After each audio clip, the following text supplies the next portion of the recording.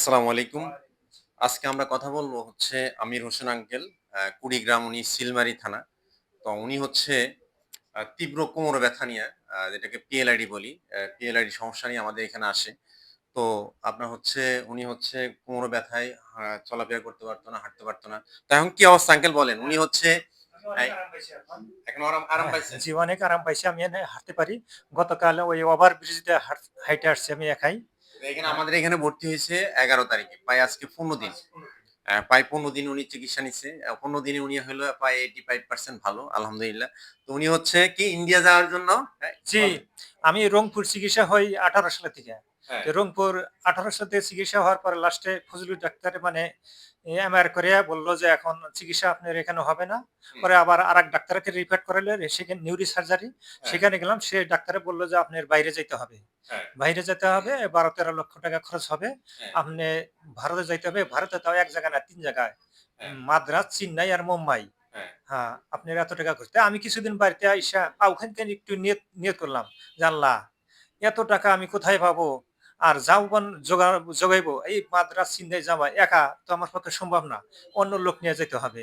তো হুম, এখন আমি কি করি?" তখন আমি নিয়ত করলাম, "আল্লাহ তুমি আমার এই ব্যথাটা সারিয়ে দিবা। বাংলাদেশে চিকিৎসা হয় যেখানে হয় চিকিৎসা হয় যদি হইয়া আল্লাহ হারায়, তে আমি আল্লাহর রাস্তায় যাবো। আমি ৪ মাসের জন্য চিল্লাই যাবো।" যাক আলহামদুলিল্লাহ।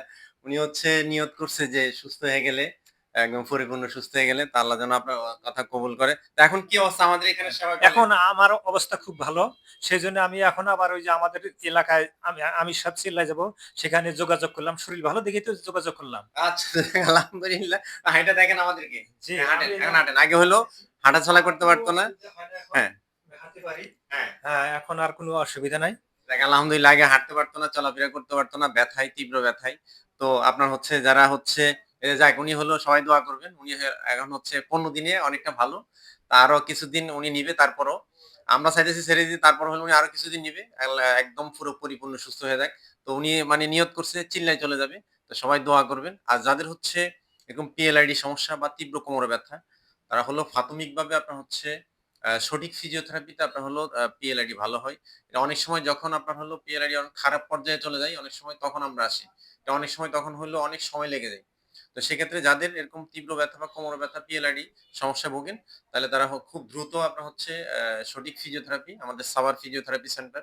আমরা দীর্ঘ ১৯ বছর যাবৎ ফিজিওথেরাপি সেবা দিয়ে আসছি। আমাদের এখানে থাকার ব্যবস্থা আছে, কেবিনের ব্যবস্থা আছে, লিফট আছে। আপনার হলো কেবিন একদম যাবতীয় সবই আছে।